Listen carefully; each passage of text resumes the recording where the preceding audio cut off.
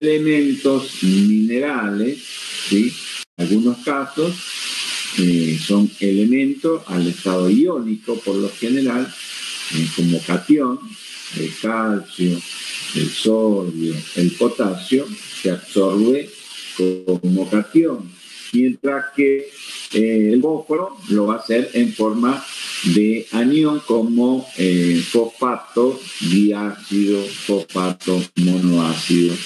¿Sí?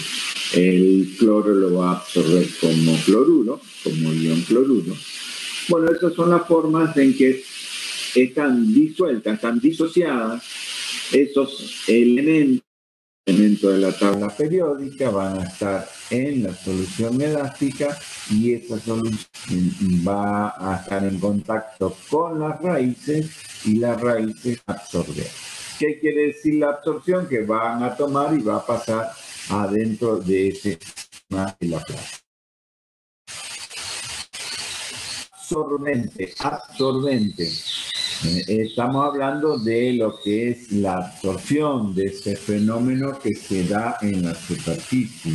Entonces, el absorbente es una sustancia capaz de retener en la superficie a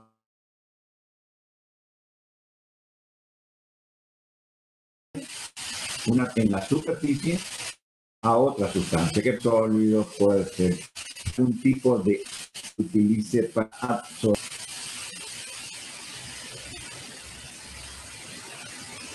Parece que están todos dormidos o no me escuchan.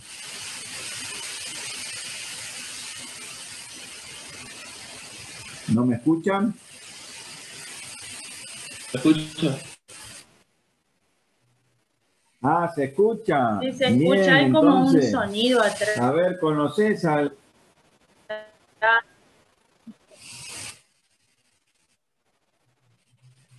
algún sonido? Acá no hay nada, no hay... Sí. ¿Como interferencia puede ser? No sé qué puede... ¿Cómo? ¿No mejoró? Sí, como...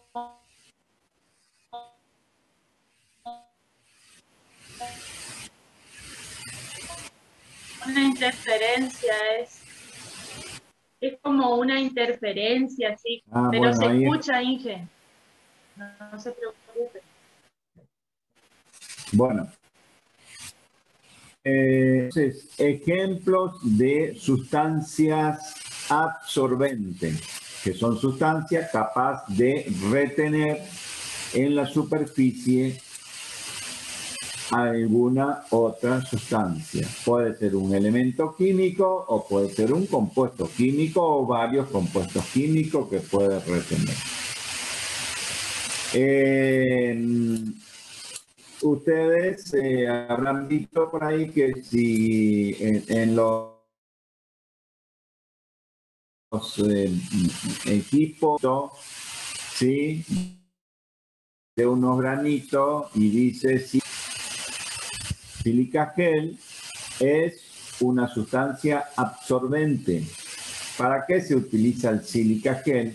Para absorber la humedad, para protección de equipos, por ejemplo, equipos fotográficos, por ahí si compran un celular o un equipo de computación, muchas veces trae un sobrecito que tiene sílica gel.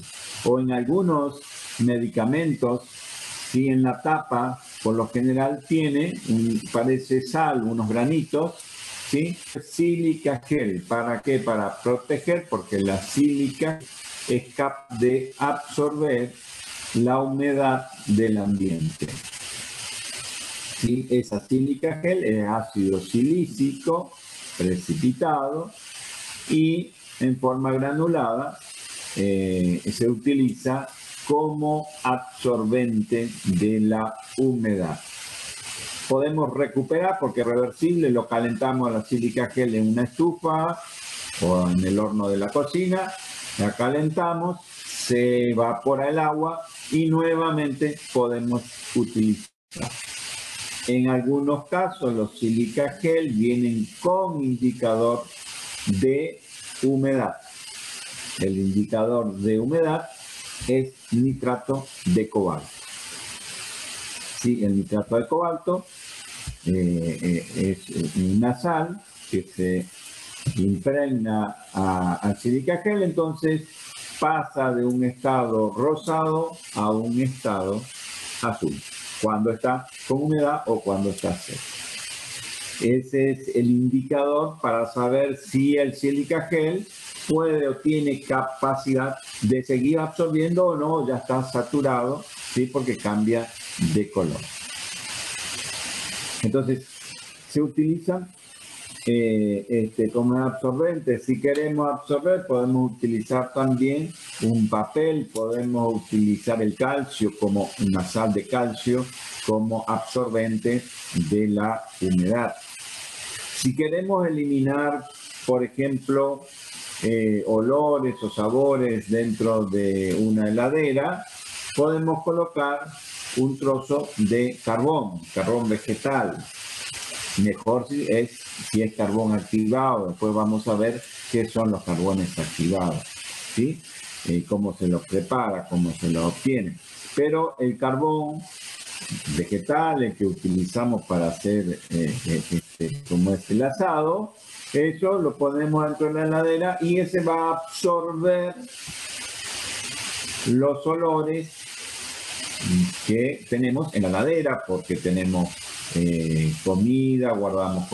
guardamos distintas frutas, etcétera. Entonces en la heladera se van a producir ciertos olores que a veces, si ponemos, por ejemplo, y nos damos cuenta de eso, si ponemos manteca, por ejemplo, y la manteca queda desprotegida, después toma el sabor de algunos de las sustancias que puede absorber la manteca. Entonces, tenemos distintos tipos de absorbentes. El ácido sulfúrico, que es un ácido fuerte, ¿sí? Que se lo utiliza como en el laboratorio, es muy corrosivo. También es un ácido que es ávido de agua, tiene capacidad para absorber agua y se lo puede utilizar como sustancia absorbente. Lo que pasa es que es muy corrosivo, no es práctico utilizar el ácido sulfúrico como absorbente. Bien, sorción es el proceso por el cual se produce ese fenómeno de retención de la sustancia, de una sustancia sobre una sustancia absorbente. Los tipos de absorción, básicamente tenemos dos tipos, una absorción física y una absorción química. La absorción física se refiere a que existen determinadas fuerzas físicas entre el absorbente y la sustancia absorbida. Hay una interacción de fuerzas físicas por el cual se produce esa mayor concentración en esa interfaz. En cambio, en la absorción química o quimisorción ya se relaciona con fuerzas del orden químico. ¿Entre qué? Entre las moléculas o entre los iones, ¿sí? Se produce algún tipo de unión, un puente de hidrógeno, por ejemplo, ¿sí? Y entonces se produce esa absorción, esa retención, esa mayor concentración de sustancia sobre esa superficie.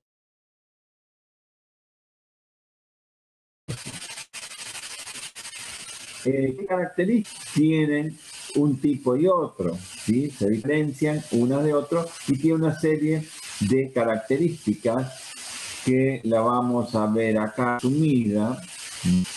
Se refieren entre lo que es absorción física y lo que es la absorción química. La entalpía de absorción, menor a 40 kilojoules por mol, En cambio, en la química tenemos mayor a 80 la entalpía como es de esa absorción. La física es la absorción solo es apreciable a temperaturas inferiores a la de ebullición de la sustancia. ¿Por qué? Porque están retenidas físicamente, pero si nosotros elevamos la temperatura, esa sustancia se va a desprender fácilmente, ¿sí? Entonces, está por debajo, encontramos esa absorción física. En cambio, en la química, esta propiedad podemos observarla por encima de temperaturas de ebullición.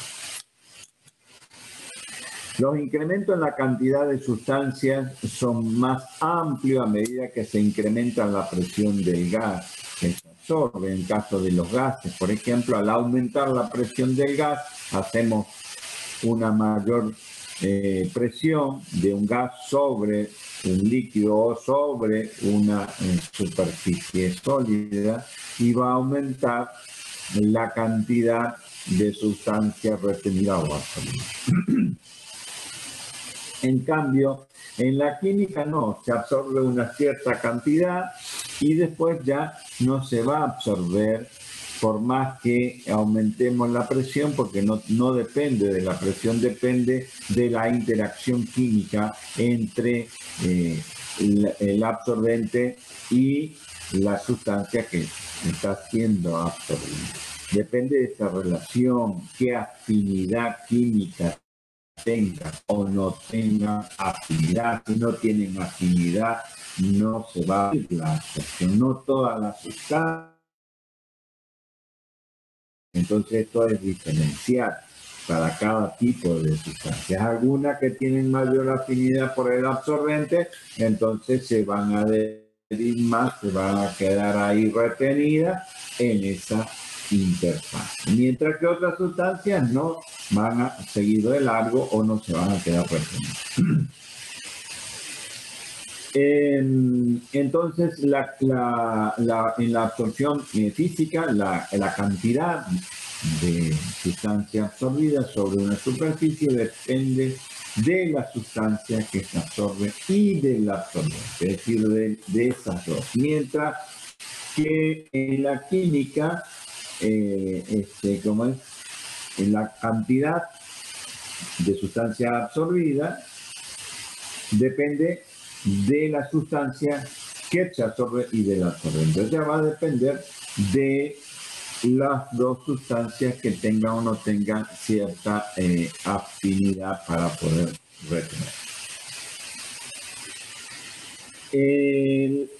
En la física no necesitamos una energía de activación para que la sustancia sea absorbida. Ahora vamos a ver después lo que es la energía de activación, es decir, para que una reacción se produzca, necesitamos que cierta cantidad de moléculas adquieran un nivel de energía superior para poder reaccionar.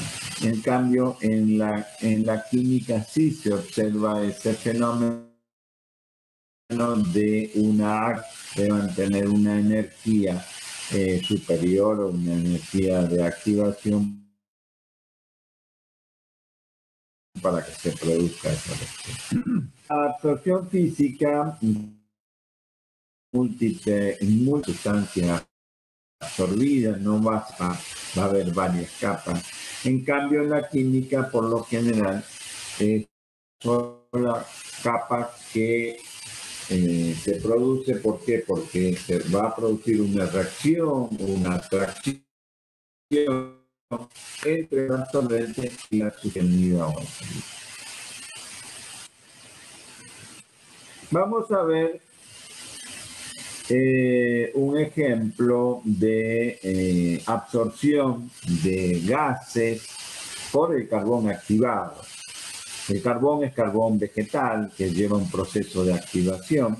Después vamos a desarrollar más adelante la activación del carbón, que significa carbón activado, que va a tener el carbón activado, tener una superficie importante, ¿sí? de superficie, digamos, expuesta. Entonces, acá el carbón activado a una temperatura de 15 grados, se produce este carbón es capaz de retener gases. ¿Qué gases? Por ejemplo, si tenemos en el aire, ¿qué gases podemos tener en la atmósfera? ¿Sí? Podemos tener normalmente la composición de la atmósfera, la que nosotros respiramos, que tiene nitrógeno 78%, oxígeno 21%, va a tener algo de vapor de agua, depende de la humedad relativa ambiente que tengamos, un porcentaje va a ser vapor de agua que está en el ambiente, va a tener dióxido de carbono, monóxido de carbono, puede haber algo de hidrógeno, puede haber algo de gas sulfídrico o sulfuro de hidrógeno, dióxido de carbono, monóxido, ¿sí? Esos son los principales gases que están presentes en la atmósfera, pero también pueden existir por algún motivo, por ejemplo, acá en el laboratorio, si estamos haciendo alguna experiencia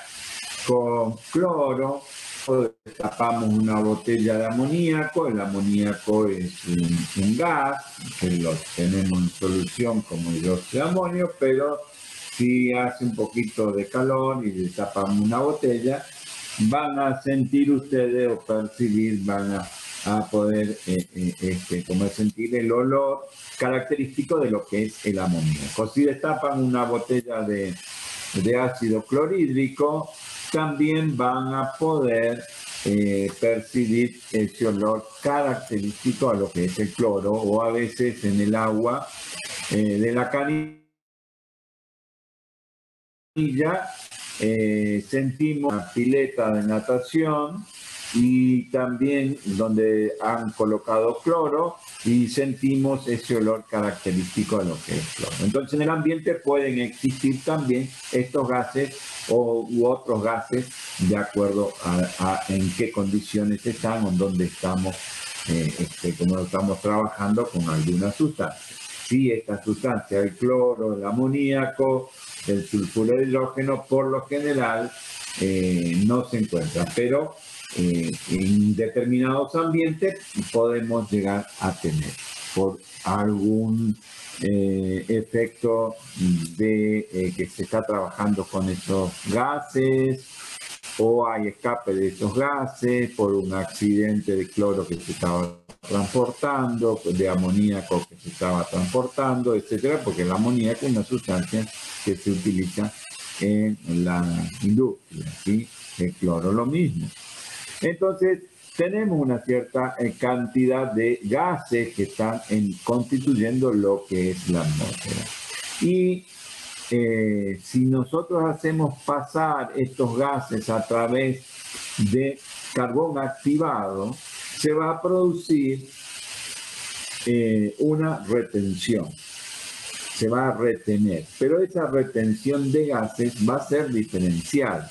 Va a depender de cada una de estos gases, de cada una de estas sustancias, ¿sí? A una determinada temperatura, por eso ponemos acá 15 grados, porque a esta temperatura se van a producir retenciones, por ejemplo, de cloro, de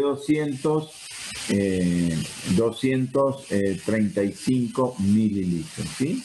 Esto es cantidad retenida para igual a 1 gramo de carbón, ¿sí? La cantidad que puede retener, fíjese, el carbón activado, ¿sí? Cantidad de absorbente igual a 1 gramo, la presión del gas 1 atmósfera, ¿sí? Esto está en condiciones, digamos, normales de presión 1 atmósfera. Entonces, si nosotros hacemos pasar estos gases a través, el conjunto de gases a través de ese carbón, ¿sí? Si nos ponemos una máscara antigas, es decir, para protegernos acá son tóxicos el cloro y el amoníaco. En determinados niveles de concentración del amoníaco es tóxico, que puede provocar algunos daños, incluso llegar a la muerte si la concentración de amoníaco es muy alta. Y lo mismo ocurre con el cloro. Si es muy alta la concentración, las personas que están respirando pueden tener lesiones, y estas lesiones pueden ser graves y pueden ocasionarle incluso hasta la muerte. El dióxido de carbono, en determinadas condiciones, cuando la concentración de oxígeno disminuye, aumenta la de monóxido, respiramos, nos quedamos dormidos con monóxido, ¿sí? Y no morimos por falta de oxígeno, que eso ocurre a menudo, como eso ocurre generalmente en invierno, donde se pone algún calefactor con que consume algún combustible sólido, líquido o gas, y no hay buena ventilación, entonces se consume el oxígeno dentro de una habitación cerrada, se consume ese oxígeno, nosotros consumimos ese oxígeno y generamos dióxido de carbono. La combustión que genera dióxido de carbono, pero si la concentración de oxígeno no llega a ser la suficiente, se va a producir monóxido de carbono. Y ese monóxido de carbono después nos termina durmiendo y no nos damos cuenta y nos morimos por falta de oxígeno. Pero vamos a nuestro tema de la absorción de estos gases a través del carbono activado. Entonces, fíjense acá que el que más se absorbe es 235 mililitros, ¿sí? O sea, en proporción a los demás, se absorbe más cloro, después le sigue el amoníaco, el sulfuro de hidrógeno. Estos son tóxicos, ¿sí? Y fíjense el oxígeno, ir respirando y no tenemos problemas, como es porque los gases tóxicos que están acá presentes, ¿sí? Quedan retenidos. Pero no es porque el carbón sepa o es demasiado inteligente para decir, bueno, no, retengo al cloro porque el que está del otro lado de la máscara, como le hace mal el cloro, le hace mal el oxígeno. Tiene que ver esto con las temperaturas críticas. Se absorbe más cloro porque la temperatura crítica de ese gas es de 144 grados Celsius. Sí.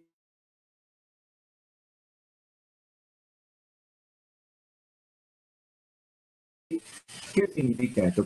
Recuerdan, temperatura crítica, habrán ya visto en química general inorgánica el concepto de licuación de los gases.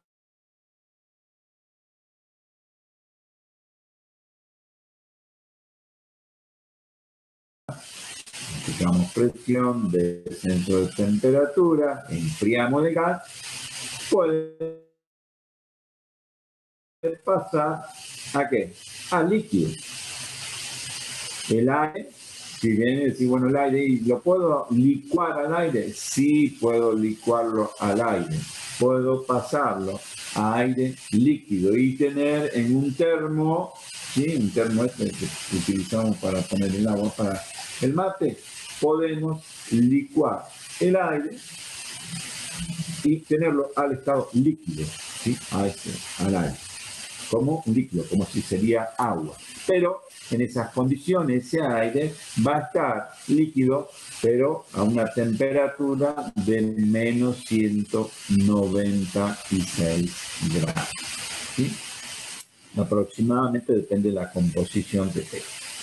Entonces, cuanto la temperatura crítica de los gases, ¿sí? De los gases está por debajo, nuestra temperatura es 15 grados, ¿sí? Un poco más fresco que hoy, ¿sí? Entonces 15 grados está el carbón activado.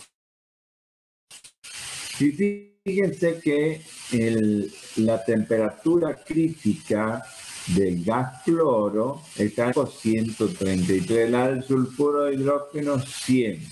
Nosotros estamos muy por debajo, estamos en 15 grados, estamos por debajo, por acá más o menos estamos, ¿sí?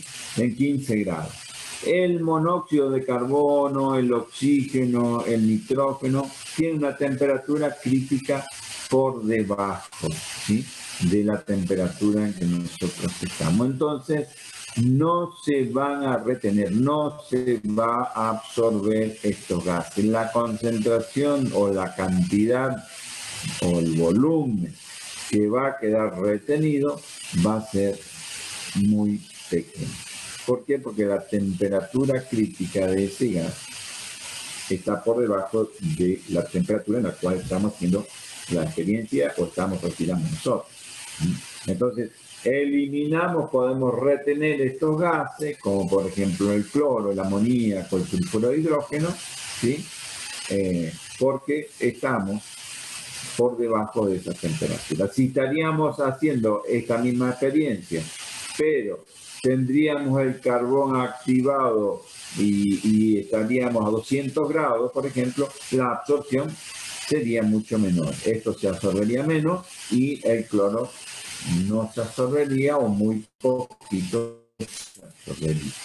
¿Sí? ¿Está entendido el concepto de qué es la cantidad que se retiene por el carbón activado? Va a depender de la temperatura crítica del gas. ¿Qué es la temperatura crítica del gas? La temperatura por debajo de la cual no se puede licuar el gas, ¿sí? No lo podemos volver líquido. Tenemos que descender más. Bien, vamos a ver absorción de solutos por sólidos.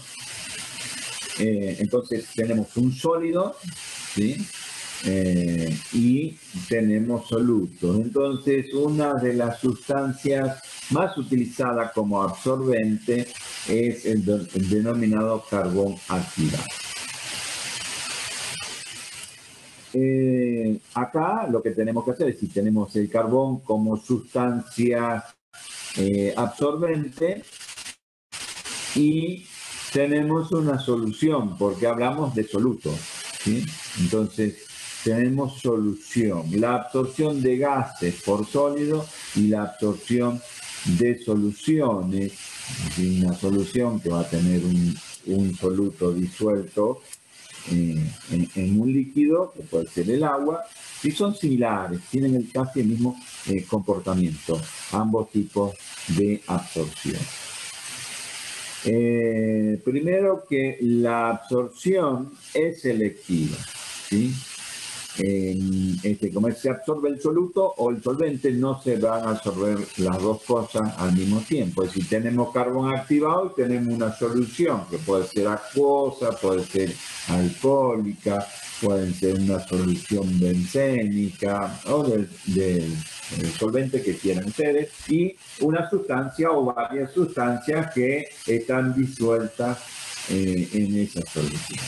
En agua, ¿qué podemos tener en solución? El agua es el disolvente universal, por lo cual disuelve la mayor cantidad de sustancias. Entonces pueden ser sustancias inorgánicas, sales, óxidos, hidróxidos, etcétera, que pueden estar formando una solución, ¿sí? Entonces tenemos un soluto y un solvente. En ese caso se absorbe el soluto o el solvente, sí, pero no ambos. Si tenemos una mezcla de sustancias, esas sustancias también van a ser absorbidas. Pueden ser sustancias inorgánicas o sustancias orgánicas. Eso depende de qué estamos queriendo hacer. Si hay dos solutos presentes, es lo que le decía, si tenemos cloruro de sodio y cloruro de potasio, el absorbente, en este caso el carbón activado, va a absorber uno primero y después va a hacer la absorción del otro, o sea, la cantidad absorbida no van a ser exactamente igual. Va a haber cierta preferencia por algunos de ellos, ¿sí? No como es en la misma cuantía, en la misma cantidad se van a absorber. Las sustancias que... Sí. Escucho. Cuando se habla de absorción de gases por sólido, en el caso del carbón con los gases, ¿también puede ser selectiva o no? Sí, es selectiva porque va a depender de qué, de la temperatura crítica la temperatura crítica del gas. Okay. Entonces es selectiva. ¿Ya? O sea, cada sustancia se va a absorber en función de qué, de esa temperatura. Entonces es selectiva porque no se absorben todos igual, la misma cantidad. Es selectivo, ¿sí? Ok, gracias. Por eso decimos que las características son similares, el comportamiento es similar. Y ahora vemos un poquito relacionado a la sustancia que tiene un efecto en la disminución de la tensión interfacial, son las que se absorben con más facilidad y en mayor cantidad. ¿Quién tiene efectos sobre esa tensión interfacial? ¿Qué sustancias conocen ustedes? Porque ya vieron tensión superficial. Los que disminuyen la tensión superficial. Ejemplo de disminución de tensión superficial. ¿El detergente? ¿No recuerdan? Un detergente, un jabón, ¿sí?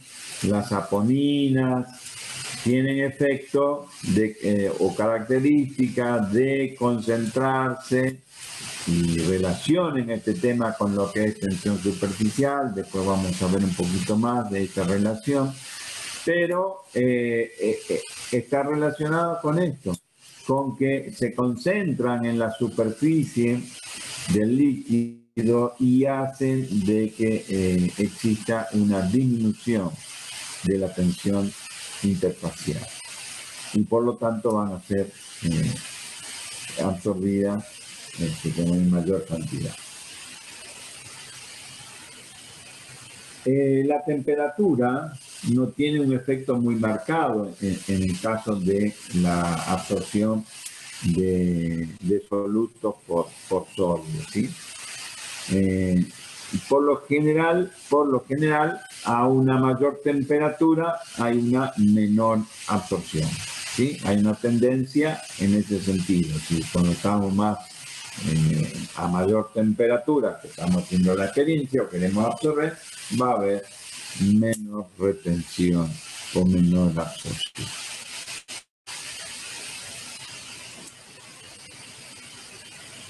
La cantidad de material absorbido por unidad de peso del absorbente a una determinada temperatura, es decir, una temperatura constante, depende de la concentración del soluto a igualdad de los demás factores que intervienen en ese equilibrio. Y entonces va a depender si una sustancia se encuentra en mayor concentración, ¿sí? La solución más concentrada, ¿sí? Por unidad de peso se va a absorber más que en una que se encuentra muy diluida. Lo que son los efectos de la presión parcial y la concentración sobre el grado de la absorción por un sólido. Entonces, ¿qué tenemos acá? Tenemos una cierta cantidad de sustancia absorbente, por ejemplo, 1 gramo, 5 gramos, 10 gramos, una cierta cantidad de absorbente de un gas, y tenemos un efecto de una presión parcial, porque es el estado gaseoso, ¿sí? Entonces acá hacemos una representación de la presión parcial en función de la cantidad de gas absorbido o retenido por ese absorbente. En función de qué esa temperatura también podemos hacer. Entonces, vamos a suponer que la temperatura sea 40 grados Celsius, ¿sí? La absorción del gas, cuánto va a quedar retenido, va a estar en función de la presión parcial del gas. ¿Sí? Entonces, a medida que aumenta la presión parcial del gas, aumentamos la presión y aumenta acá la cantidad retenida. Pero llega un momento en que esa curva se hace horizontal. Vamos a aplicar presión y por más presión que apliquemos, ya no se absorbe, no hay un incremento, ¿sí?, en la absorción, hay una saturación. Acá estamos en este punto, ya llegamos al punto de saturación para esa cantidad de absorbentes, ¿sí? Entonces, esto es una función, ¿sí?, que no es lineal, ¿sí? Es una parábola, es una curva que al comienzo va a tener mayor absorción y después disminuye hasta volverse, por más presión que apliquemos, no va a cambiar la cantidad de gas absorbido. Estos puntos que se unen acá lo denominamos isoterma.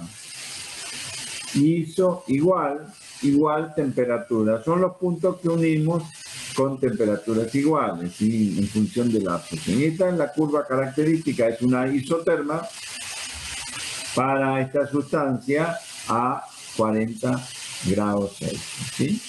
Si modificamos la temperatura y la cantidad de gas retenido va a ser distinta, ya no va a ser igual, va a depender de la temperatura. Tenemos menos temperatura y aumentamos la presión y va a tener función de esa temperatura. Esta es otra curva, ¿sí?, otra isoterma, característica para la sustancia a esa temperatura. Por eso es importante temperatura, porque van a cambiar o modificar la cantidad retenida. Entonces, la cantidad de gas absorbida por una masa de absorbente hasta el punto de saturación en función de la presión parcial del gas, ¿sí? Va a llegar hasta acá, se va a saturar, no se absorbe más y va a estar en función de esa presión parcial, ¿sí? La presión parcial en milímetros de mercurio, atmósfera o en la unidad que quieran aplicar ustedes la presión.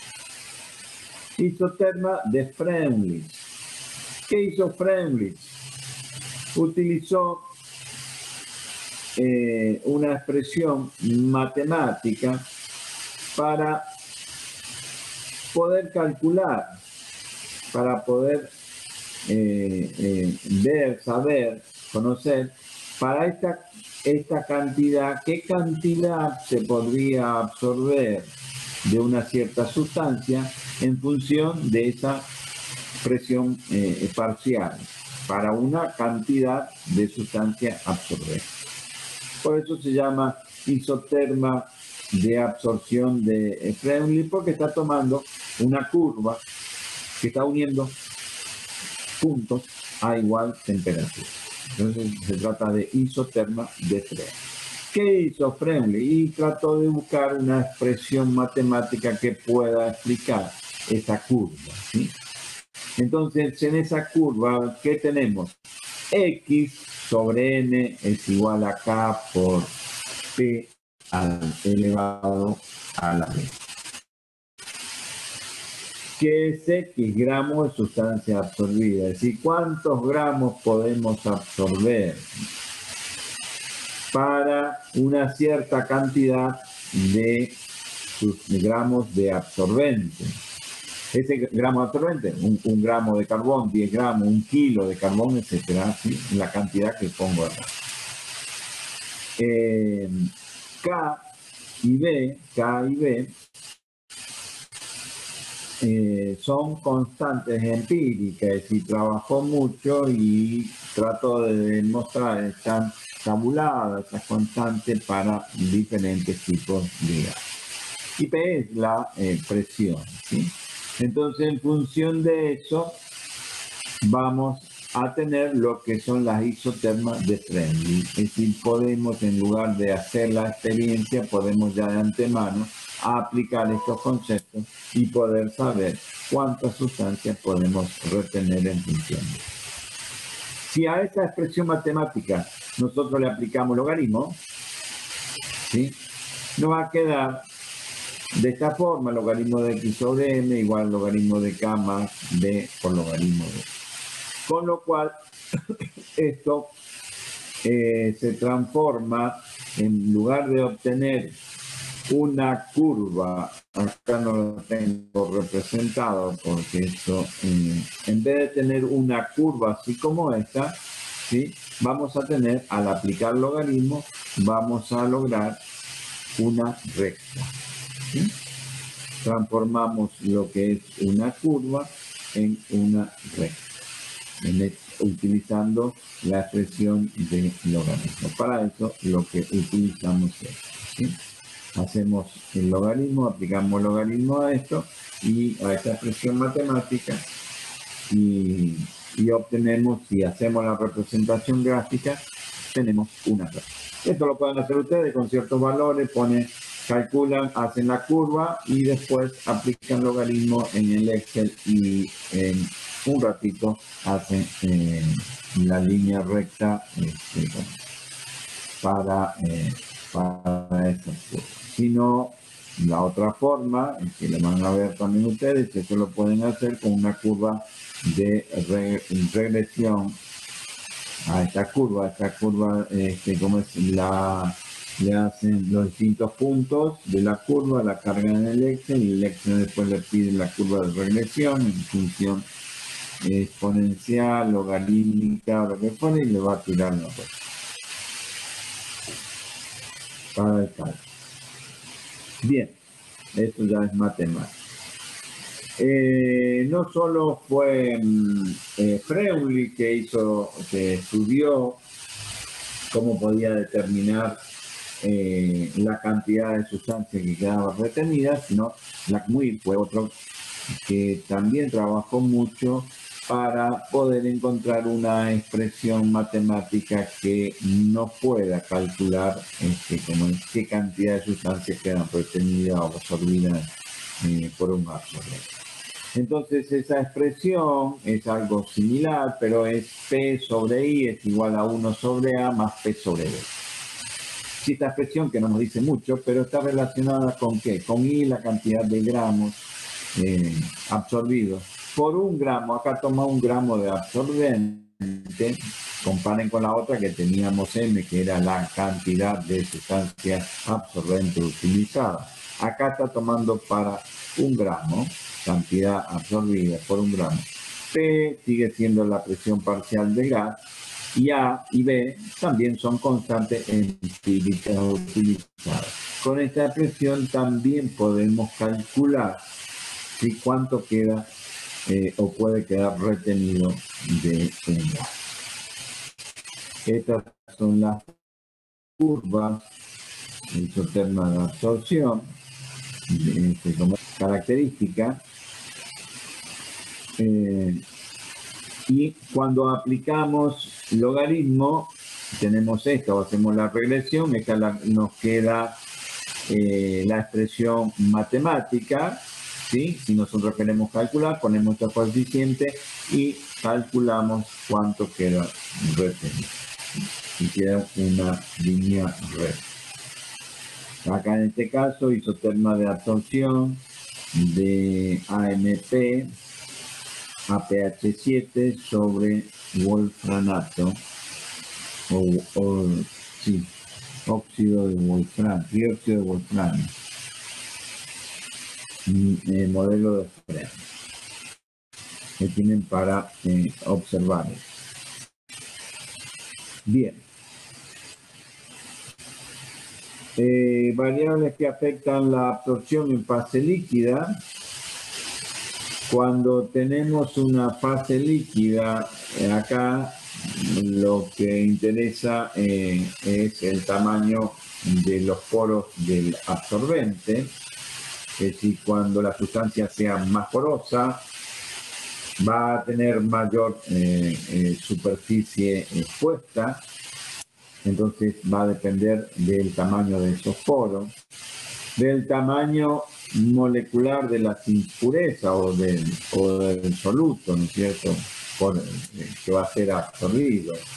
Si nosotros queremos retener sobre un carbón activado una molécula que es grande, que es ramificada, que es de alto peso molecular, lógicamente que va a ser fácilmente retenida. Pero si es una molécula muy pequeña, ¿sí?, va a pasar más fácilmente. Tamaño también de las partículas de carbón, el carbón activado, qué tamaño tiene, porque en función de eso también aumenta el área de superficie. La temperatura del tratamiento, es decir, el historial, el origen de ese carbón activado tiene que ver también con el grado de retención. No todos los carbones activados van a tener la misma capacidad para retener sustancias, ¿sí?, siendo de la misma, depende del historial de ese carbón, cómo fue preparado, de qué especie vegetal es y cuál fue su tratamiento de activación, la temperatura, etcétera, de ese tratamiento. El pH de la solución tiene mucha importancia. En función del pH, las sustancias o los compuestos pueden ser que se encuentren en forma neutra o pueden ser que se encuentren en forma ionizada, en forma de cation o de anión. Entonces, esto tiene que ver con el pH, es decir, la concentración de protones y hidrógenos, la actividad de los hidrógenos en la solución, tiene que ver también con, o está relacionada con o afectan a la absorción. Sustancias batótonas e isótonas, es decir, estas sustancias tienen la capacidad de ¿qué? De modificar la tensión superficial, ¿sí? Modifican lo que es la tensión superficial. En el caso de las sustancias batótonas, denominados así porque tienen esa capacidad de disminuir la tensión superficial, porque se concentran en la superficie, interfieren en la energía libre de esa superficie y entonces disminuyen la tensión superficial. Y en este caso, esas sustancias por lo general, por ejemplo, son los detergentes, son los jabones, ¿sí?, que van a hacer que disminuyan la tensión superficial, por ejemplo, del agua. El agua, por sus características, tiene una tensión superficial bastante elevada respecto de otras moléculas, de otros solventes que tienen casi similares condiciones, pero debido a su propia característica del agua, a sus fuentes de hidrógeno principalmente, tiene una alta tensión superficial. Pero las sustancias que tienen la capacidad de disminuir eso, por ejemplo los jabones, son denominadas sustancias batótonas.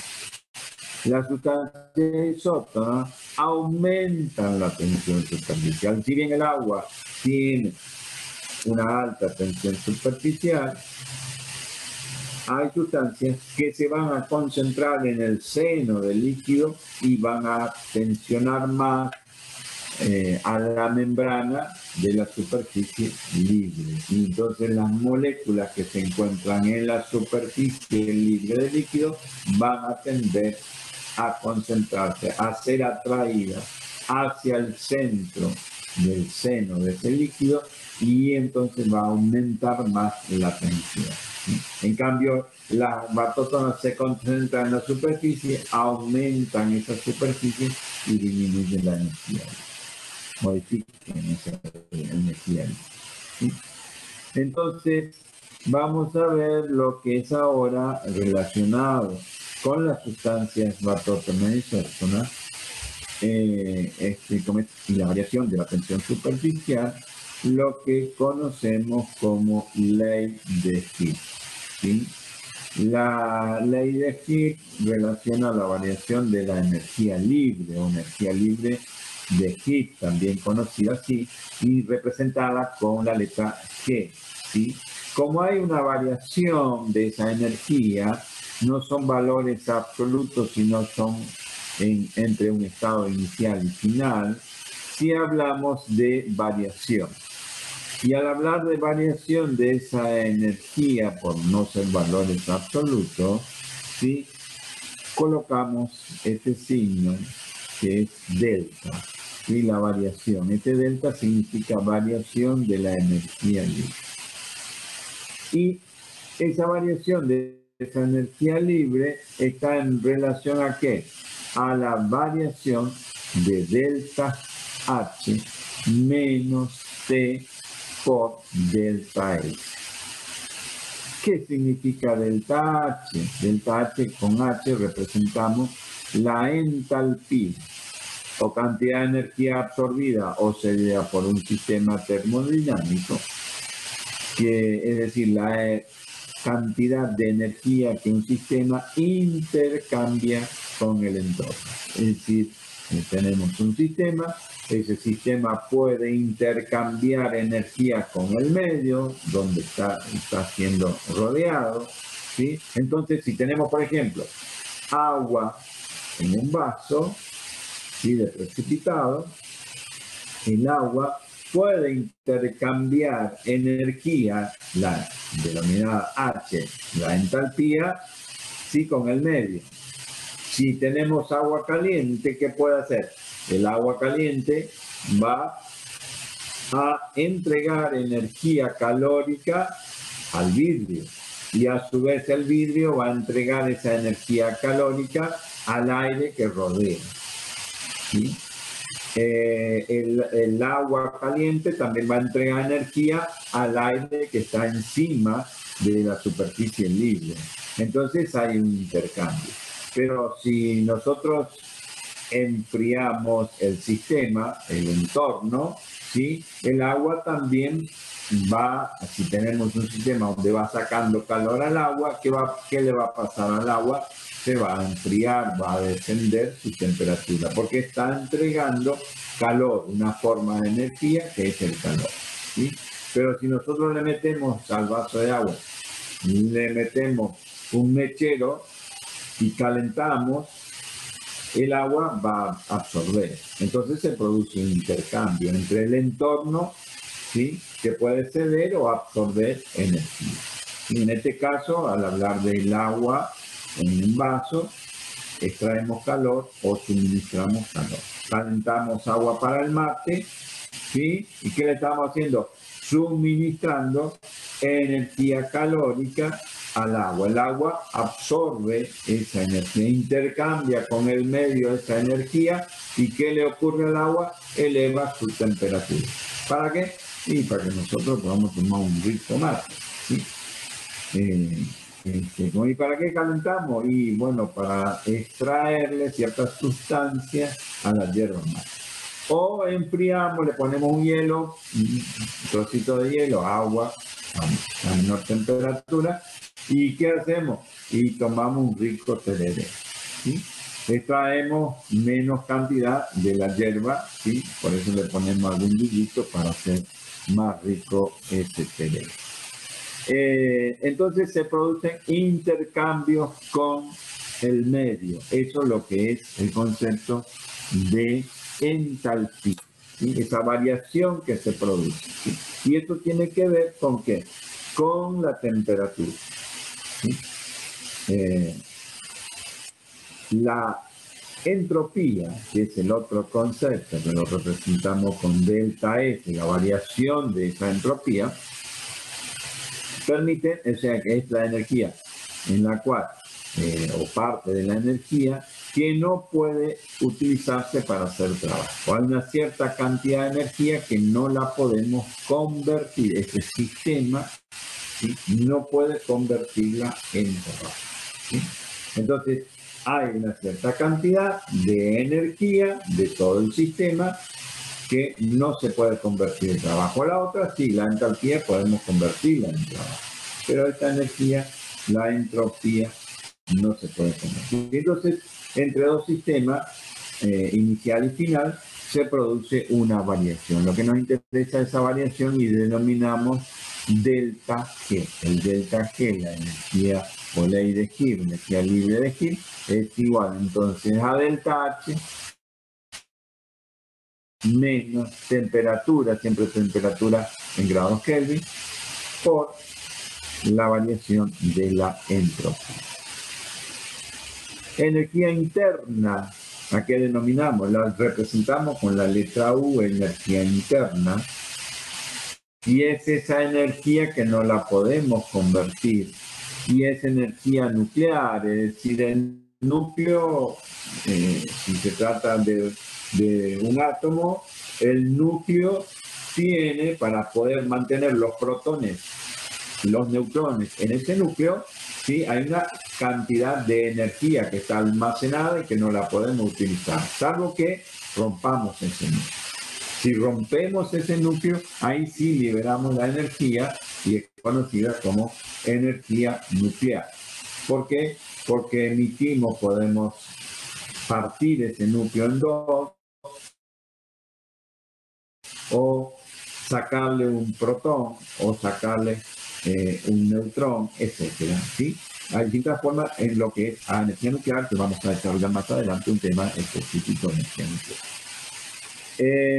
Energía electrónica, toda la distribución de los electrones alrededor, la configuración electrónica alrededor del núcleo, si conforman, tienen que tener una cierta cantidad de energía.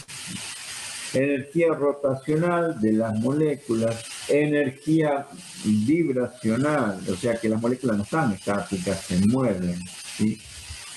No están estáticas. Se trasladan, rotan, es decir, las moléculas, y también se trasladan, energía traslacional. Energía intermolecular, es decir, que se mantienen o se separan las moléculas, esa interacción que se da en las moléculas, algunas con mayor afinidad, algunas con menor afinidad, constituyen lo que es la energía intermolecular. A todos estos tipos de energía la denominamos energía interna y la representamos con la letra U.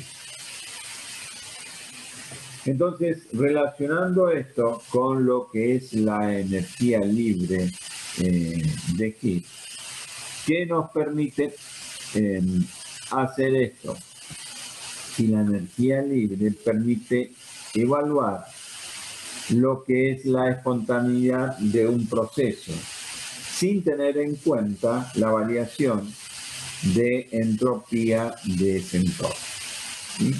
Entonces, lo que calculamos a través de la energía libre de Gibbs es ese cambio, ver si una reacción va a ser espontánea o no, sin tener en cuenta la entropía.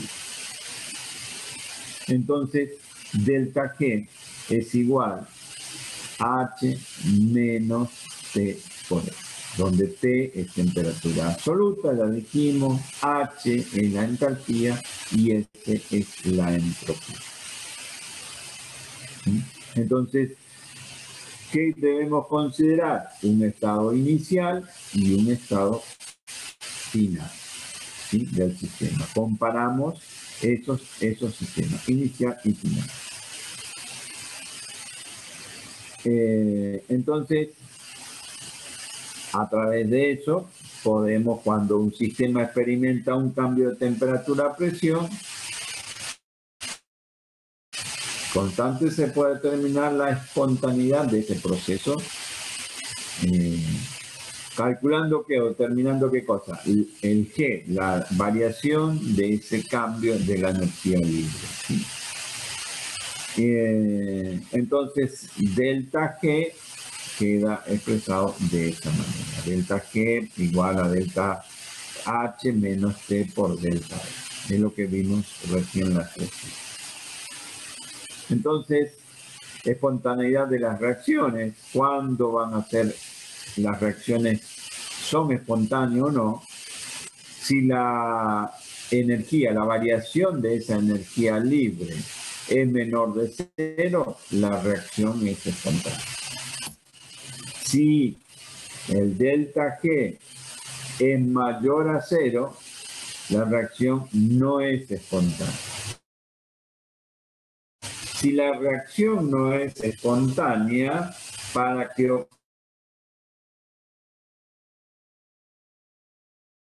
ocurra suministrar, ¿sí?, a que pueda realizarse o producirse esa reacción. Entonces, la forma de representar la espontaneidad de las reacciones o no espontaneidad, cuando tenemos acá la energía libre de Gibbs en el eje de las órdenes. Entonces acá tenemos los reactivos que van a tener una determinada energía. Entonces esa energía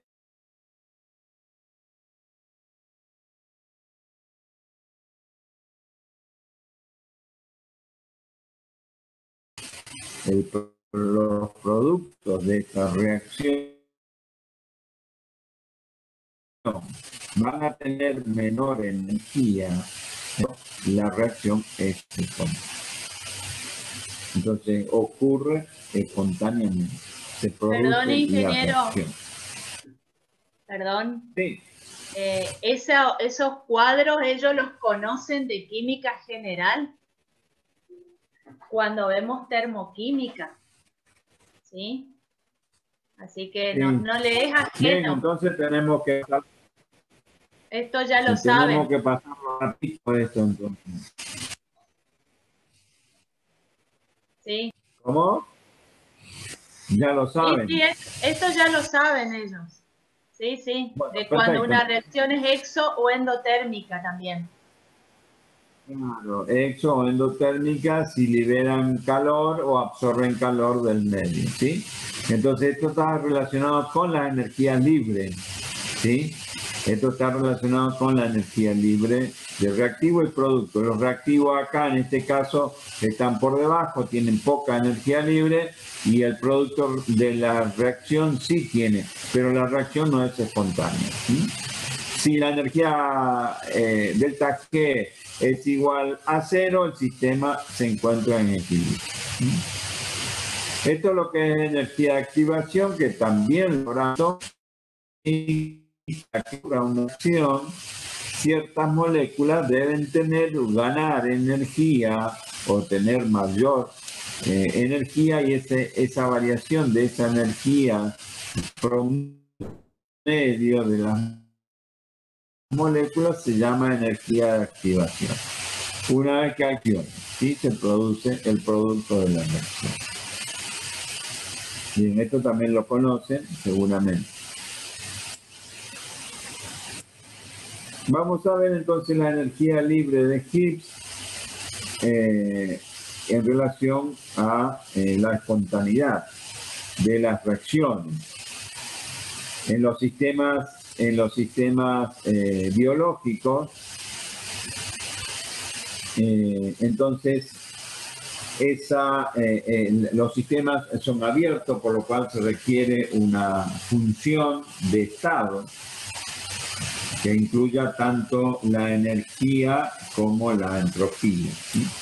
Entonces, esa variación de la energía libre en función de estados que describen la segunda ley, en este caso, vamos a tener lo que es la ecuación de la energía libre de Gibbs, delta H menos T por delta S. Entonces, acá explicar en los sistemas biológicos ese cambio de la energía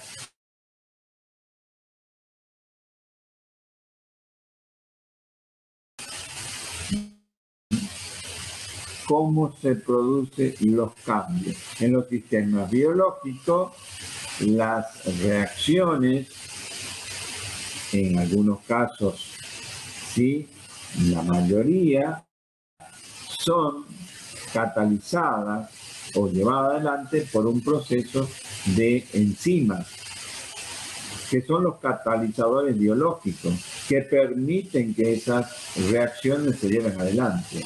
Por lo general no son todas las reacciones espontáneas que se producen espontáneamente, sino que necesitan de una cierta activación. Y eso lo habrán visto, lo habrán analizado cuando, no sé si lo vieron ya, pero lo van a ver, en todo lo que es química biológica. En química biológica van a ver lo que ocurre con los distintos procesos, los distintos ciclos que se dan en las células. Ingeniero, Y ahí, ellos además, ¿puedo un ratito cortar? sí, ¿qué pasa? Ellos en química ya vieron el criterio de espontaneidad también, en química general, de que no significa que una reacción sea rápida o lenta. Y el concepto de catalizadores también lo tienen desde química general cuando hablábamos de equilibrio químico y que las reacciones podían estar, o sea, ese equilibrio podía cambiar según algunos factores, entre esos los catalizadores. Y ahí solo vimos catalizadores inorgánicos, pero usted acá los está introduciendo en el tema de los catalizadores biológicos. Biológico, porque justamente estamos viendo la espontaneidad de las reacciones, por qué pueden producirse las reacciones, ¿sí? Entonces, no son todas las reacciones que son espontáneas, es decir, las reacciones biológicas necesitan de ese catalizador. Y van a estudiar seguramente los ciclos, cómo se obtiene energía y cómo en las células se produce el almacenamiento de esa energía a través de un compuesto que es el compuesto rico en energía que va a suministrar energía para la reacción. ¿Debido a qué? A la espontaneidad o no de la reacción, de que ocurra o no ocurra.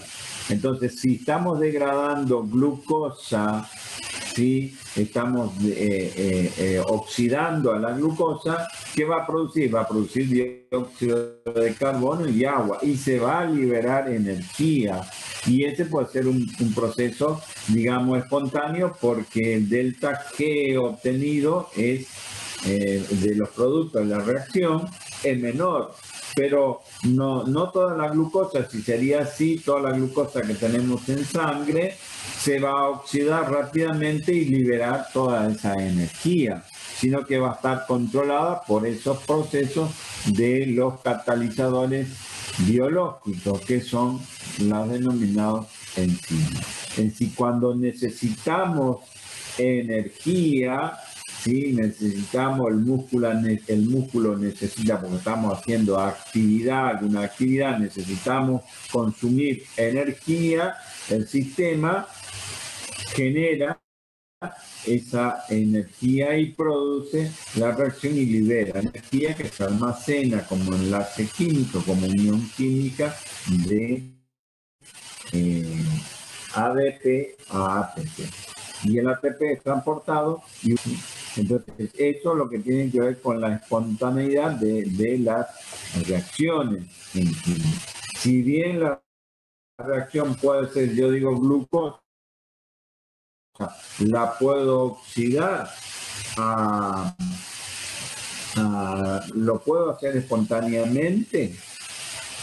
Si ustedes tienen almacenado glucosa en un frasco acá tenemos el laboratorio glucosa y no se oxida por más que está en condiciones, la tenemos acá almacenada, nos ocurre esa reacción espontánea por más que el producto de la reacción, que es dióxido de carbono y agua, tenga menor energía libre, sino que para que ocurra ese proceso lo necesito activar, necesita haber una ganancia de esa energía para que pueda tener una activación y después producirse esa oxidación. Si no, no lo vamos a oxidar, si no, no tendríamos, no podríamos almacenar glucosa, por ejemplo. Y yendo a otras sustancias, por ejemplo, bueno, digamos la nafta, que es un combustible, también lo tenemos almacenado, pero se produce una reacción espontánea la nafta, no, porque en las condiciones en que está no ocurre un proceso espontáneo, sino que necesitan de esa activación. Y en los procesos biológicos, esa activación se da a través de los sistemas enzimáticos que tienen cada una de las reacciones paso a paso, va a ir dando o produciendo esa enzima o necesitan de esa enzima para que pueda producirse esa reacción. ¿Estamos?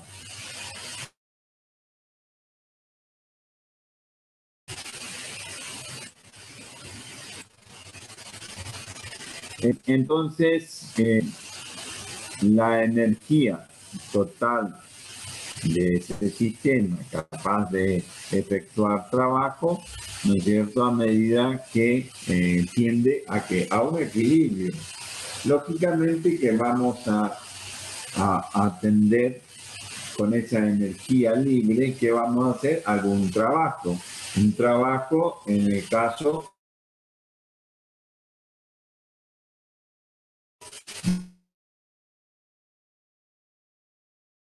de los sistemas biológicos energéticos. Entonces el delta G, eso es el trabajo que se puede realizar o trabajo máximo que se puede lograr,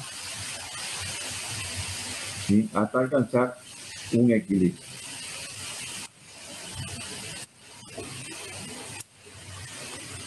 Y lógicamente que en todos los sistemas biológicos, ¿sí?, si bien la tendencia es lograr el equilibrio, ¿sí?, estamos alejados de ese equilibrio, ¿sí? Si una vez que logramos este equilibrio, bueno, ya no va a haber ningún tipo de reacciones, con lo cual el sistema quedaría, digamos, estable y bueno, y ahí ya no existiría como sistema biológico, como sistema vivo, ¿sí? Entonces, el mundo, digamos, en todos los sistemas viven gracias a ese desequilibrio, ¿sí? Y eso, en general, lo que es la entalpía y la entropía, y hay fenómenos que van a tender al desorden, a tener mayor desorden y no al orden. A eso se refiere el principio de lo que es termodinámica, ¿no? Entonces, en los sistemas vivos estamos muy alejados de lo que es el equilibrio, ¿sí?, para realizar trabajo. Bien.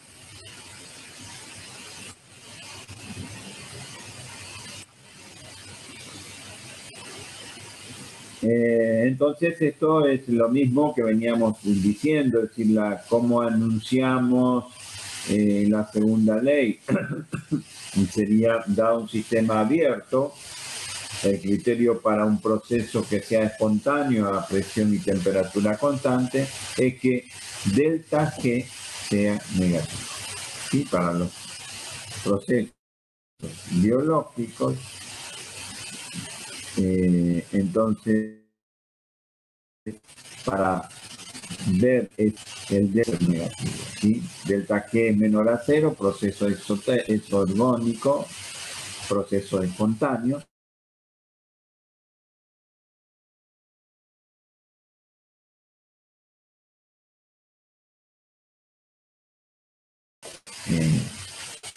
Incorporar en el, y si delta G es 0 es igual a 0, el sistema está en equilibrio. Bien. Absorción y tensión superficial.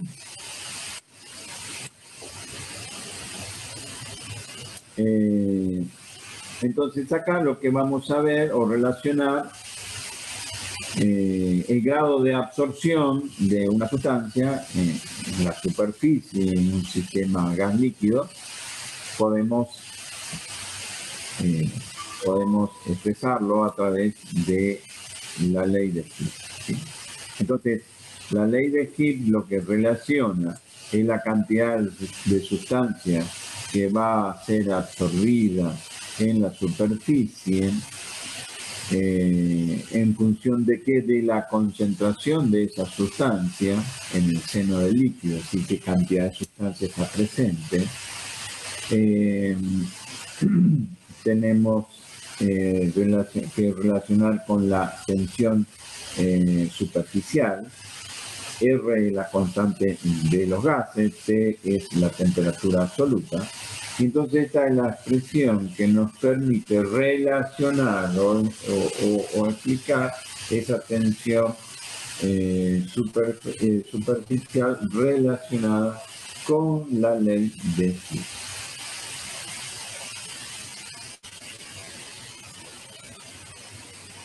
Bien, vamos a ver un poco ahora lo que es producción de carbones activados, ¿sí?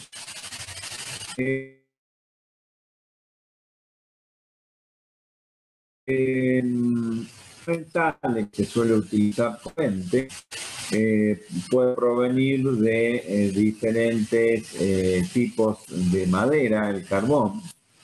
Hay maderas que se utilizan que son más adecuadas para el proceso de carbonización y sobre todo para hacerla después carbón activado por la cantidad de sales que pueden tener presente. Entonces, ese carbón, el carbón es un proceso, se realiza una destilación seca, en realidad es eso, un proceso de carbonización. Es una destilación seca, en la cual parte de los productos volátiles del carbón en un horno, ¿sí?, se volatilizan la sustancia, así que se va a volatilizar. Y como es el agua, porque la madera va a contener una cierta cantidad de agua, la humedad se va a ir lógicamente. Y después van a aparecer otras sustancias que son alcohol metílico, etílico, acetona, ácido pirolinoso, que el ácido pirolinoso va a tener un conjunto de compuestos. No vamos a entrar en detalle porque son muchos los compuestos que se obtienen de lo que es la fracción volátil cuando hacemos la destilación seca de la madera. El producto que queda es carbón. Sí, hay distintos métodos de obtención de carbón. Es decir, el carbón que lo compramos en el supermercado o en el kiosco para hacer asado, ¿sí?, proviene de maderas nativas o de bosques cultivados, pero el proceso de carbonización es distinto, puede ser distinto. Se utilizan diferentes métodos, ¿sí?, para la producción de carbón vegetal. Una vez que tengamos este carbón vegetal, nosotros tenemos que activarlo. ¿Qué significa activarlo? Tratar de eliminar la mayor cantidad de sales que están presentes y que ese carbón tenga muchos poros, ¿sí?, una estructura muy porosa, con lo cual aumenta la superficie. Recuerden que cuando vimos coloides, cómo dividíamos nosotros un cubito de 1 centímetro cuadrado, ¿sí? De largo, y que tenía una superficie de 6 centímetros, y mientras que lo dividíamos aumentamos la superficie. Acá cuanto más poros tenga el carbón, ¿sí? Carbón activado, ¿sí? Ese carbón va a tener mayor capacidad de absorción. Entonces, ¿qué hacemos para activarlo? Hay distintos métodos de activación, es decir, para limpiar todos los poros que tenemos el carbón, y tenemos que eliminar lo que son sales que pueden estar taponando a esos poros, o abrir esos poros que están presentes en este carbón. Entonces lo hacemos por diferentes métodos. Hay una activación que se hace con ácido fosfórico. El tema de que después hay que eliminar ese ácido fosfórico y quedan residuos, y entonces nunca se logra eliminar completamente. Y hay otro método que utiliza vapor de agua. Entonces al carbón lo calentamos en un horno a temperatura de 800 grados más o menos, 900, depende el horno que tengamos, el tipo de proceso que realizamos, y le inyectamos vapor de agua a esa temperatura.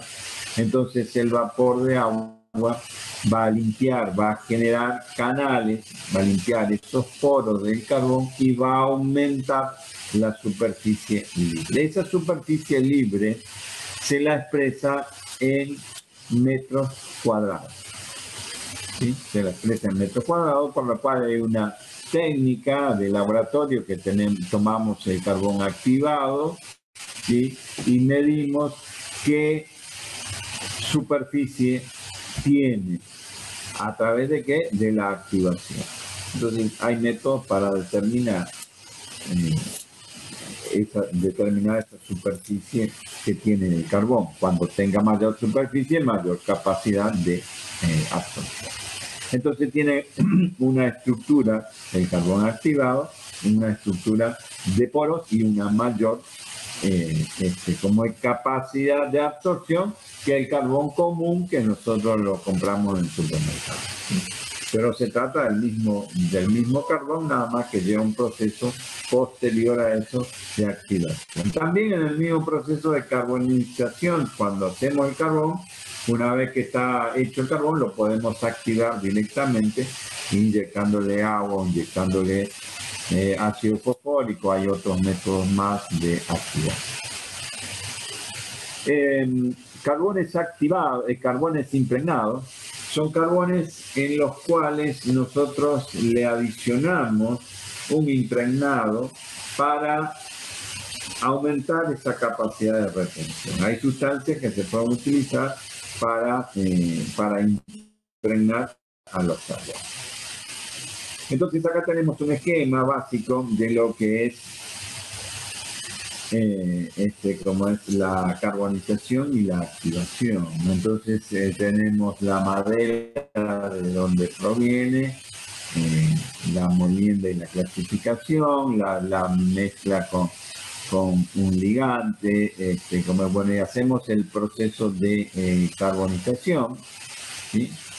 Y después de la carbonización hacemos la activación, hacemos una molienda y una clasificación, y en función de eso tenemos carbón activado granular, porque queda en grano, o carbón activado en polvo.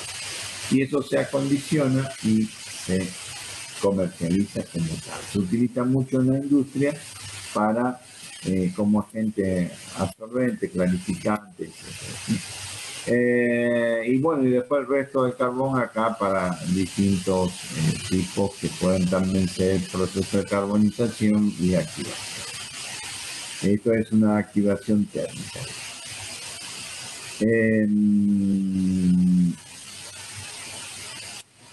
El tratamiento térmico, el lavado, la recuperación del agente activante, secado, eso para activación química, ¿sí?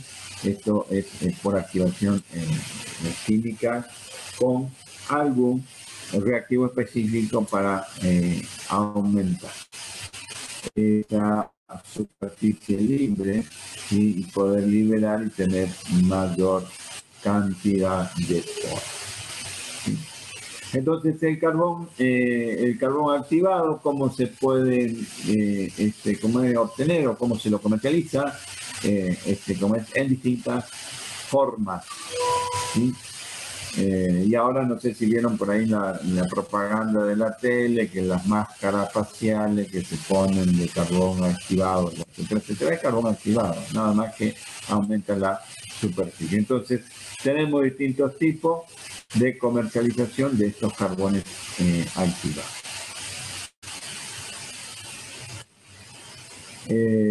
No entro en mucho detalle, desde que tenga interés en esto, después lo conversamos en todo lo que es proceso de activación, es decir, qué tipos, qué maderas son las más adecuadas, etcétera, para el proceso, para hacer carbón activado.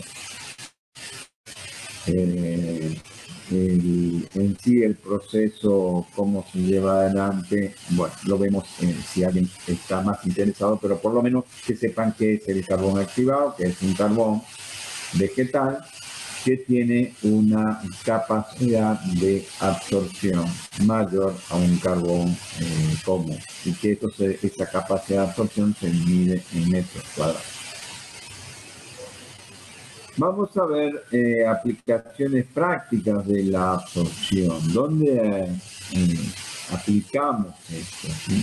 Una de las aplicaciones son las máscaras antigas, denominadas así antigas porque se utiliza cuando estamos utilizando algún producto y que es nocivo al ser humano, y entonces tenemos que ponernos algún tipo de máscara.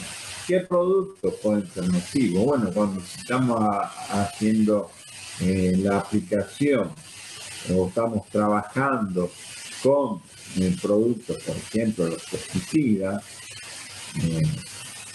productos químicos, que pueden tener que son necesarios para aplicarle a los cultivos o a los animales, muchas veces, nosotros no deberíamos estar absorbiendo a nuestro sistema a través del aire, ¿no es cierto?, esos productos, porque pueden ser nocivos para nosotros. Entonces, ¿qué utilizamos? Máscara, denominada máscara antigas.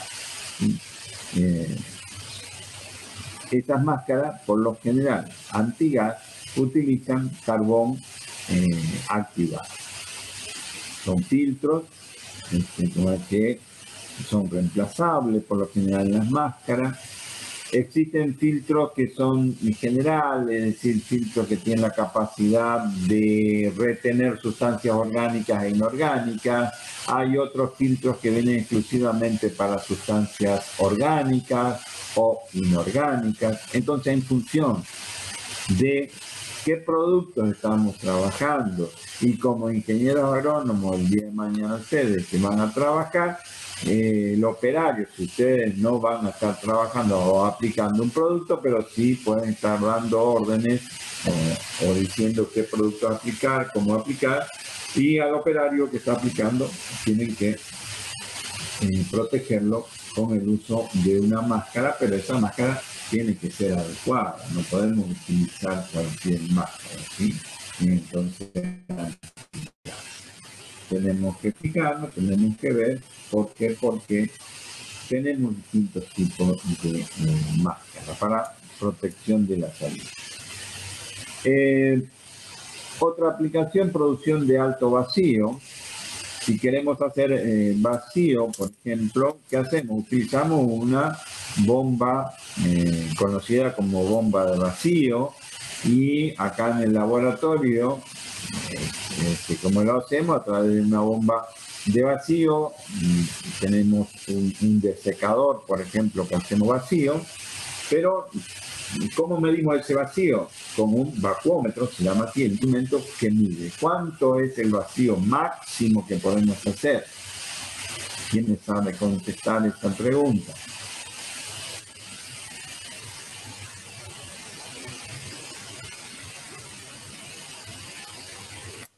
¿No hay nadie?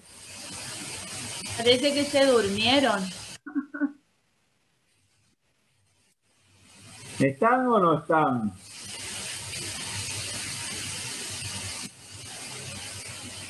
¿No hay nadie? Sin miedo. Sin miedo digan, porque así Acá estamos, participamos, participan ustedes. ¿Cómo? Ahí están, algunos parece que están, se cortan mucho, dicen los chicos, sí, hoy parece que es generalizado. Están medio dormidos, parece. Parece que están... Bueno, ¿cuánto podemos hacer de vacío? 10 menos ¿Qué 4. unidades me dio? ¿Qué es?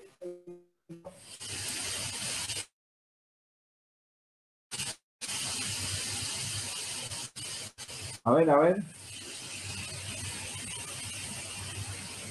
10 menos 4 milímetros de mercurio. ¿No hay nadie que se anima a decir algo? ¿Cómo? Ahí contestó una alumna, Rocío Gamarra. No le escuché. 10 menos 4 milímetros de mercurio.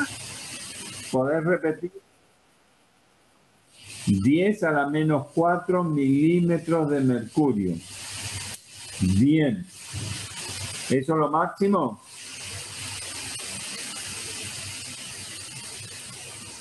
Según tengo entendido, sí. Según tengo entendido. Bueno. ¿El vacío qué es el vacío? Sacamos la presión de lo que tenemos ahí, de lo que es el aire. Si tenemos un desecador, que es un recipiente de vidrio que es herméticamente cerrado, le sacamos el aire, ¿sí? La masa de aire que está adentro, lo que está haciendo es sacar el aire. Entonces disminuimos la presión, ¿sí? Disminuimos la presión, ¿hasta cuánto? Máximo 1 atmósfera, ¿sí? No podemos, una o de acuerdo a dónde estamos, pero no podemos hacer más vacío que eso, sacar todo el aire que está adentro, ¿sí? Entonces, lo hacemos mecánicamente a través de una bomba de vacío, pero no llegamos al vacío absoluto, es decir, que no haya nada de aire. Siempre algo de aire va a quedar mecánicamente, como es así. Entonces, ¿qué ocurre? Si queremos hacer alto vacío, ponemos un poco de grafito. Como es lo que tenemos en la mina de los lápices, de escribir, los lápices negros, es grafito. Entonces colocamos grafito y el grafito tiene una estructura del carbón, ¿sí? Que están separadas entre capas y capas. Entonces ese grafito puede absorber oxígeno y entonces queda retenido el oxígeno y los gases en el grafito o en el carbón. Producimos alto vacío. El grafito como lubricante, el grafito absorbe el oxígeno y entonces permite que se deslicen las capas de carbón y carbón, entre láminas hexagonales, que son las láminas de grafito, permite que el oxígeno quede retenido y entonces se pueda utilizar el grafito como lubricante. El carbón activado, es decir, el carbón activado que es utilizado para las máscaras, para retener sustancias para purificar en la industria azucarera. Para purificar el azúcar lo pasa por carbón activado para eliminar restos de otras sustancias. La absorción en el suelo, los elementos minerales que están presentes en el suelo o que nosotros adicionamos como fertilizante, le agregamos nitrógeno, fósforo, potasio al suelo para tener una mayor concentración, esos elementos que adicionamos o que están presentes en el suelo naturalmente, están retenidos, están absorbidos. ¿Sobre qué? Sobre las micelas de las arcillas, ¿sí? Los sistemas coloidales, la materia orgánica, etcétera. Se produce lo que es la absorción.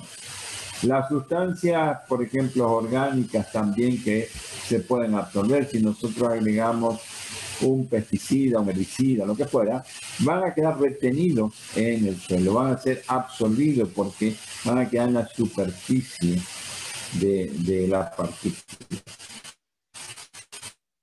Para cada sustancia absorbida va a existir o existe un coeficiente de absorción, ¿sí? Ese coeficiente de absorción va a estar dado por K, donde X representa la cantidad absorbida y C es la concentración en la solución. Y K representa el coeficiente de reparto entre el suelo y la solución de gas. ¿Sí? Eso es lo que se da en el suelo. Entonces podemos retener, acá tenemos una partícula, ¿sí? En función de esa partícula coloidal en el suelo, vamos a ver cómo un plaguicida, por ejemplo P, que lo representamos acá, va a estar en solución y parte va a estar en solución y parte va a ser retenido. Y estar de la temperatura, ¿sí? Si el suelo como tiene mayor o menor temperatura, si es el compuesto que estamos agregando es más o menos soluble, qué cantidad de humedad tiene ese suelo, ¿sí? Qué cantidad de arena tiene, porque si tiene mucha arena va a haber menos partículas coloidales, por lo general. El pH del suelo va a influir en este equilibrio, ¿sí? Entonces, tiene que ver una serie de factores que van a estar incidiendo para que este pesticida que se fue al suelo, que está en contacto en el suelo, quede o no quede retenido, ¿sí? En las partículas de ese suelo, o queda en solución. Entonces, tienen que ver cómo quedan retenidos y qué pasa en el tiempo, si se modifica o no se modifica estas condiciones, ¿sí? O este pesticida puede ser que acá tengamos una raíz y entonces absorba este pesticida y pase a la planta sin ser modificada, ¿sí?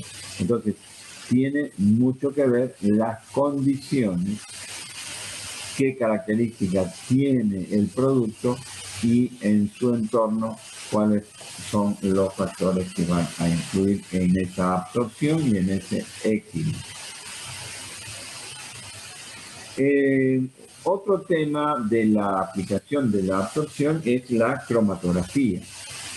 La cromatografía, en realidad, del término cromatografía viene de cromo, color, como que significa la separación de los componentes por sus colores. ¿Y esto por qué? Porque se respetó un poco el término en función de quien estudió o logró las primeras cromatografías, que era la separación de los pigmentos de las plantas, ¿sí? Las plantas tienen la clorofila.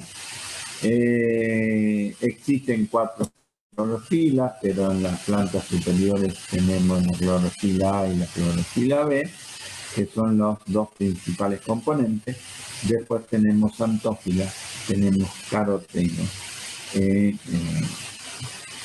como es en la planta. Y el primero que ideó un sistema para poder separar estos pigmentos verdes, hacer un extracto y poderlos separar. Y de ahí quedó, como es el término de cromatografía.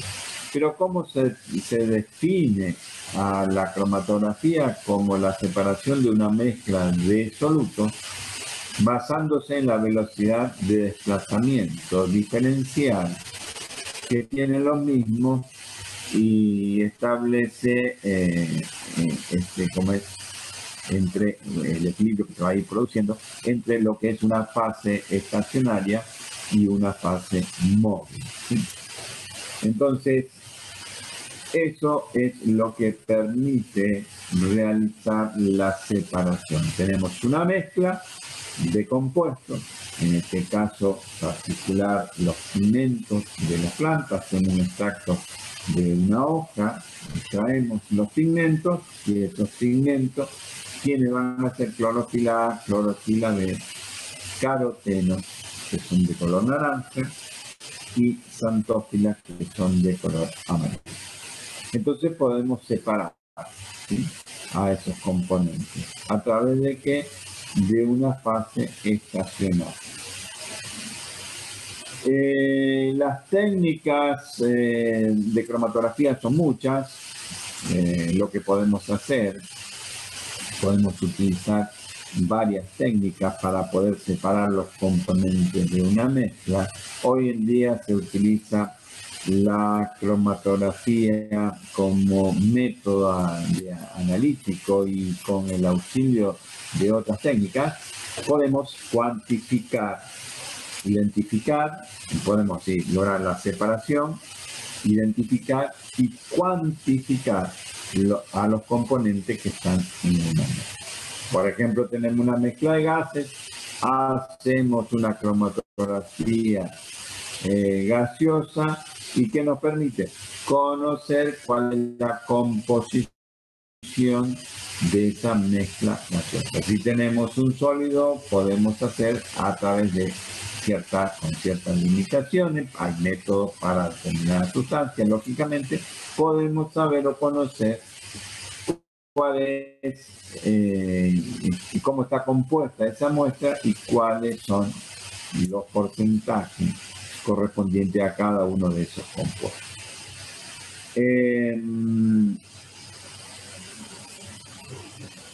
La fase, lo que podemos hacer como fase, tenemos entonces una fase estacionaria y una fase que es móvil, ¿sí? La fase como es móvil puede ser un gas, un líquido o un fluido supercrítico. Un fluido supercrítico, como es denominado así, que puede ser, por ejemplo, dióxido de carbono a alta presión. Podemos utilizarlo como fluido supercrítico. Y la fase estacionaria puede ser un sólido o un líquido, ¿sí?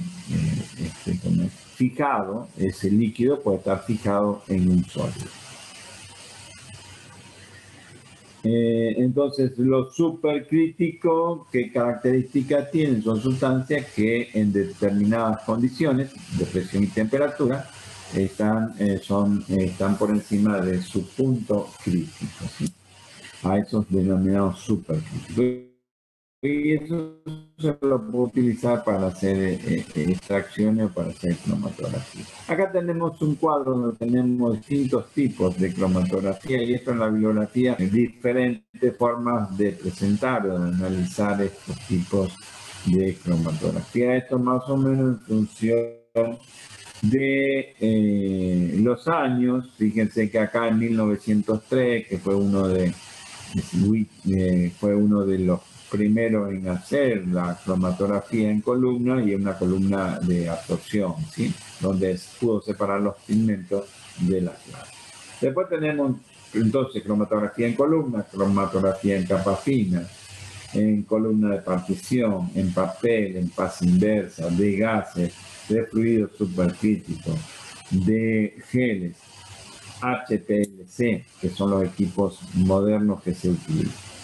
Y acá seguimos con toda una clasificación de las formas, de las fases que utilizan para realizar los procesos de cromatografía. No voy a entrar en detalle con esto porque esto es un cuadro, una guía que ustedes lo pueden analizar. Y si alguien tiene algún inconveniente con esto, después lo explicamos, ¿sí? Lo que podemos ver acá es una cromatografía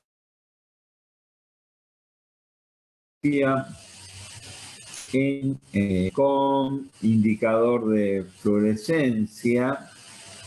Entonces, lo que vemos acá es sobre una gel de sílica gel, se utiliza cromatografía en placa, sobre una placa de vidrio, se deposita una cantidad de sílica, activación de este gel que es sólido, y después se colocan acá, se hace lo que se conoce como siembra, se ponen las mezclas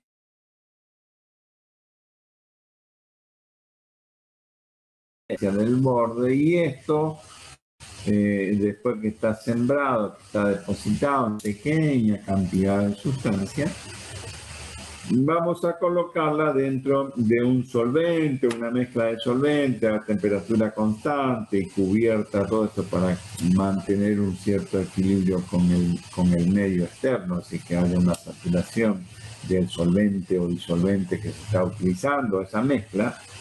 Entonces, ¿qué se va a producir? De esa mezcla de sustancias que tienen más afinidad por el solvente que se está utilizando, y entonces esas, como tienen mayor solubilidad, se van a desplazar más fácilmente y van a ir junto con la línea del solvente. Entonces se va a ir humedeciendo, ¿sí? Porque es una placa ascendente, utiliza una cromatografía ascendente, y van a llegar acá junto con el solvente, se va a ir desplazando, mientras que otras sustancias son menos, tiene poca afinidad o tiene mayor peso molecular o es muy ramificada, etcétera, etcétera, no tiene esa afinidad y se queda o se mueve, se desplaza muy poquito. Fíjense acá, esta sustancia no se desplazó prácticamente nada, ¿sí? Y mientras que hay otras sustancias que llegaron hasta acá. Entonces se produce cada una de estas manchitas, es una sustancia distinta. Y incluso en alguna de estas a lo mejor hay 2 o 3 o 4 compuestos, ¿sí? Entonces nosotros podemos separar a través de un adecuado uso de una mezcla de solvente la sustancia presente en una mezcla.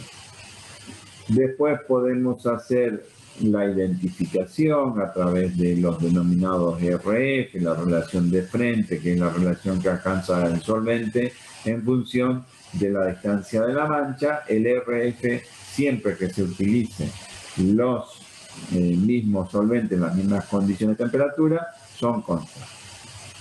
Es lo mismo que en cromatografía de gases, que ahora vamos a ver, también el tiempo de retención es exactamente a los RF. Y los RF sirven para poder identificar. Para cuantificar tenemos que tomar o sembrar patrones, ver el tamaño de la mancha, en función del área del tamaño de la mancha, sacar proporciones para determinar cantidad en estos sistemas, ¿sí? En otros sistemas, esto es lo que es en columna. Tenemos la muestra, tenemos una columna de sílica gel, le agregamos el solvente, se va produciendo una separación, y esta separación vamos recogiendo las distintas fracciones. Esto es muy lindo así cuando tienen color. Por ejemplo, si hacemos cromatografía de los pigmentos vegetales, vamos a ir viendo los distintos colores. Las clorofila y B tienen colores distintos, verde distinto, las antófilas amarillas y los carotenos de color naranja. Entonces podemos verlo, pero cuando se trata, por ejemplo, si hacemos cromatografía en columna de azúcares y ponemos 10, 15 azúcares y son todos incolores, no lo vamos. Entonces tenemos que poner algún indicador para ir viendo la separación. Esto es lo que se produce también, la separación en columna, otro sistema de separación. Este es un equipo de cromatografía de gases, un equipo que esto se utiliza ¿Para qué? Para separar, identificar y cuantificar cómo es la sustancia. Entonces, tiene una columna en la cual va a circular un gas que va a ser el que va a arrastrar. Sobre esa columna puede ser de columnas capilares o columnas con relleno. Ese relleno puede tener un líquido sobre un soporte sólido y se produce la separación. Como si el equipo estaría, si tiene aire, que es aire e hidrógeno, como es para hacer una llama, acá tiene un detector de llama, la sustancia que se inyecta acá, muy pequeña, al orden de 5 o 10 microlitros, se inyecta acá a través de una sustancia, de una jeringa, perdón, en el inyector, y acá está la columna y tiene un horno, esto se calienta y entonces el gas, que es el gas carrier, generalmente se utiliza nitrógeno como gas o argón como gas carrier, se inyecta acá las sustancias tienen que ser volátiles, si son líquidos, tienen que ser volátiles, si no hay que hacer, hacerlas volátiles, que se volatilicen, o gases directamente. Entonces se inyecta el gas que va a transportar acá, va a ir llevando esa sustancia inyectada acá, como es una mezcla, ¿sí? Acá en la columna se va a producir la separación. Pero no van a quedar retenidos porque si no van a ir siendo desplazados. Pero en ese desplazamiento se produce la separación por la afinidad, por el peso molecular, por la forma de la molécula, etcétera, etcétera. Y sale acá al final. Al final eso se quema, se detecta a través de una llama, un detector de ionización de la llama, ¿sí? Una llama que está formada por hidrógeno y aire. Entonces se quema, tiene un electrómetro y da una señal como de este tipo, un pico, y el área bajo cada uno de los picos indica la cantidad relativa de sustancia que estamos. Y a su vez se puede tener acá un desvío a un IR o a uno de masa, un espectro para hacer un espectro de masa para poder identificar a la sustancia. Con lo cual estaríamos haciendo no solo la cromatografía, sería la separación, pero acá con estos equipos que estamos haciendo la detección, identificamos porque las cantidades que están y también adicionalmente se puede tener identificado cada uno de esos. Esto es cromatografía de gases, esto es característico de los picos para hacer los denominados cromatogramas, ahí están las cantidades inyectadas. Bueno, y acá la bibliografía correspondiente. ¿Preguntas?